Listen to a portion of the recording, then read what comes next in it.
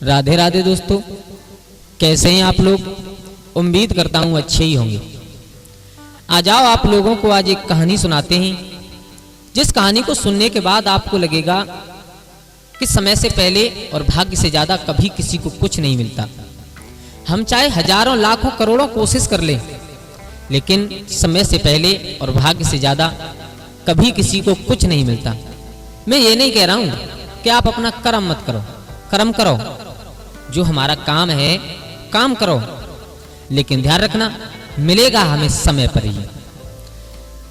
तो आ जाओ, कहानी शुरू करते हैं कि किसी समुद्र के किनारे एक चकवी और चकवा का जोड़ा बैठा हुआ था। तो चकवी ने कहा, पिया कोई ऐसी बात कहो जिससे ये रात पार हो जाए, रैन कट जाए। तो चकवा बोला, चकवी सुनो ध्यान दे करके कि एक बार भगवान भोले बाबा और मैया पार्वती दोनों निकल करके जा रहे थे।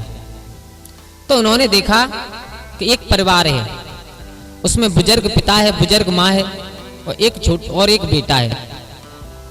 लेकिन तीनों इतने गरीब हैं कि पूरे दिन मेहनत करते हैं, तब कहीं शाम को जाकर के उनका पेट भरता है। तो मैया पार्वती ने भगवान भोले बाबा से कहा, बाबा तुमने इस संसार में किया क्या है। किसी को इतना पैसा दे दिया कि उसे यही नहीं मालूम है कि हमारे पास कितना पैसा है, और किसी को इतना भी नहीं दिया कि वो शाम को बैठ करके अपना पेट भी भर ले। भगवान भोले बाबा ने कहा, पार्वती ये सब कर्मों का फल होता है। इंसान जो जैसा कर्म करता है उसे वैसा ही फल मिलता है हमेशा। दूसरी बात, समय से पहले और भाग्य से ज्यादा कभी किसी को कुछ नहीं मिलता। देखो, पार्वती ने कहा, बाबा मैं कैसे विश्वास करूं, मैं कैसे विश्वास करूं।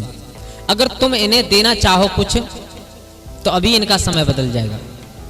बोले पार्वती मान जाओ मेरी बात, अगर मैं इनको दूंगा भी फिर भी ये नहीं ले पाएंगे।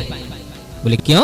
बोले हाँ नहीं ले पाएंगे, क्योंकि वही बात लास्ट में घूम करके आती है कि भाग्य से ज्यादा और समय से पहले कभी किसी को कुछ नहीं मिलता। पार्वती मैया ने कहा, तो चलो आज हम देखते हैं कैसे कुछ नहीं मिलेगा। बोले ठीक है। बोले तो एक काम करो, तुम इनको 3 वरदान दे दो। क्या। बोले हाँ। भोले बाबा ने कहा, ठीक है, अगर तुम नहीं मान रही हो तो चलो देते हैं। भगवान भोले बाबा और मैया पार्वती एक ब्राह्मण का भेष बना करके और उनके पास पहुंचे तीनों के। तो जाकर के कहा, एक काम करो, हमें तुम बहुत दुखी दिखाई देते हो, बहुत दुर्बल दिखाई देते हो, बहुत तुम कुछ हमसे मांग लो। पति ने कहा पत्नी की तरफ इशारा करके, बोले तुम ही मांग लो।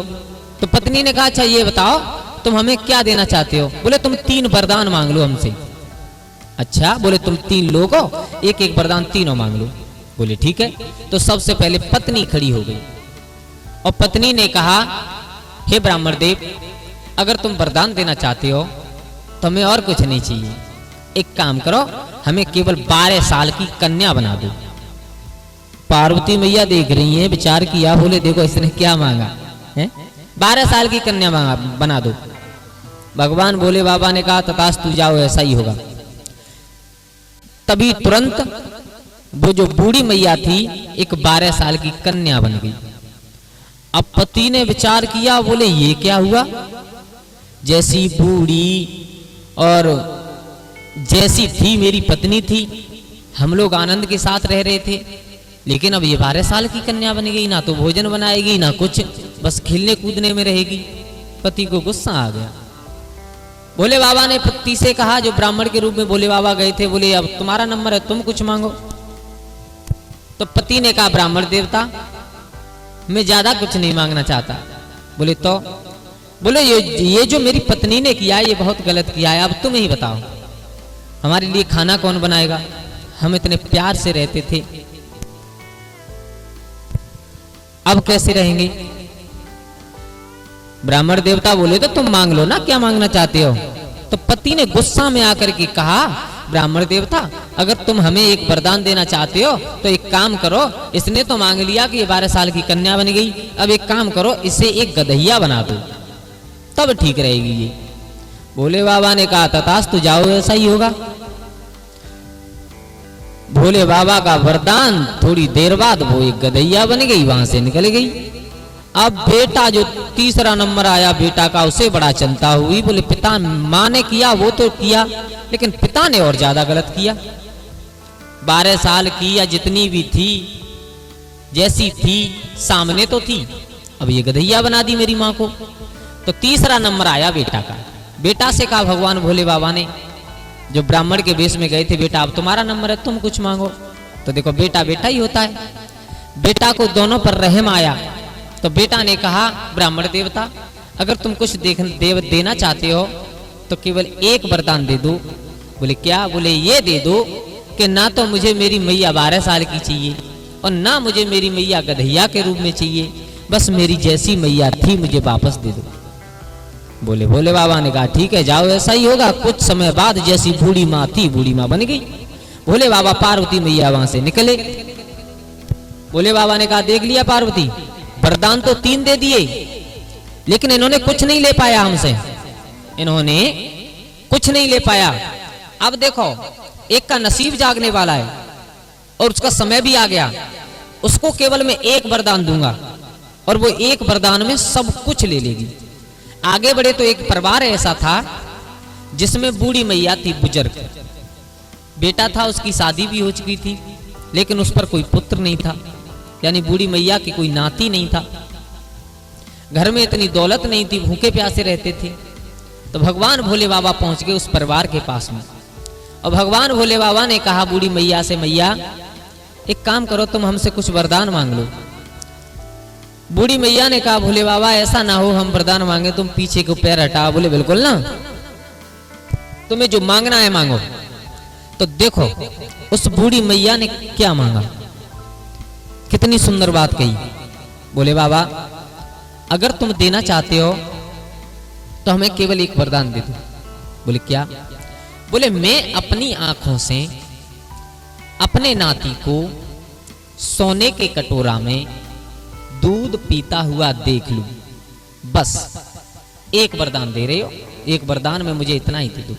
क्या? बोले हाँ, मैं अपनी आंखों से अपने नाती को और सोने के कटोरा में दूध पीता हुआ देख लूं, बस भोले बाबा यही इच्छा है। पार्वती मैया मुस्काए गई, विचार किया वाह धन्य हो, वरदान एक मांगा और सब कुछ मांग लिया। सब कुछ कैसे मांग लिया? वो ऐसे मांग लिया, मैं अपनी आंखों से, यानी अंधी थी तो मैं अपनी आंखों से तभी देखूंगी जब मेरी आंखें ठीक होंगी। मेरे घर में नाती नहीं है तो नाती दूध तब पिएगा जब घर में नाती आएगा। और तीसरा सोने के कटोरा में, तो सोने के कटोरा में कोई तभी दूध पिलाएगा जब उसके घर में धन माया अच्छी होगी। बूढ़ी मैया ने एक वरदान में भगवान भोले बाबा से सब कुछ मांग लिया। भोले बाबा वरदान दे करके वहां से निकले। पार्वती मैया से हंस करके कहा देख लिया पार्वती, मैंने कहा था ना समय से पहले भाग्य से ज्यादा कभी किसी को कुछ नहीं मिलता। वो थे जिन्हें हमने 3 वरदान दिए लेकिन कुछ नहीं ले पाए, और एक ये थी जिसे केवल एक वरदान दिया और उसने सब कुछ ले लिया।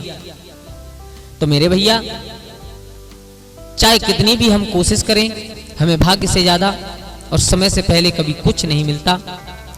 तो दोस्तों कैसी लगी आपको मेरी ये कहानी? अगर मेरी कहानी अच्छी लगी हो तो प्लीज चैनल को सब्सक्राइब करें। अगर आप हमारे नए चैनल पर नए मेहमान हो तो हमारे चैनल को सब्सक्राइब करो, लाइक करो और कमेंट में जरूर बताना कैसी लगी। और आप लोग कमेंट में लिख करके ये भी भेज सकते हो कि कौन सी कहानी आप सुनना चाहते हो।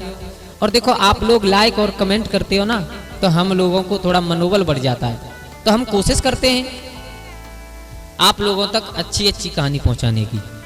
तो प्लीज सबसे निवेदन है चैनल को सब्सक्राइब करें, लाइक करें, कमेंट करें, और हो सके तो अपने परिवार और अपने दोस्तों के साथ इस वीडियो को ज्यादा से ज्यादा शेयर करें। तो आज के लिए बस इतना ही, कल फिर मिलते हैं एक नई कहानी में। और हमारे गजब ज्ञान यूट्यूब चैनल को सब्सक्राइब करें, जो रोज एक नई कहानी हम आप लोगों तक पहुंचा सकें। तब तक के लिए सभी सुखी रहिए, आनंदित रहिए। जय श्री राधे दोस्तों।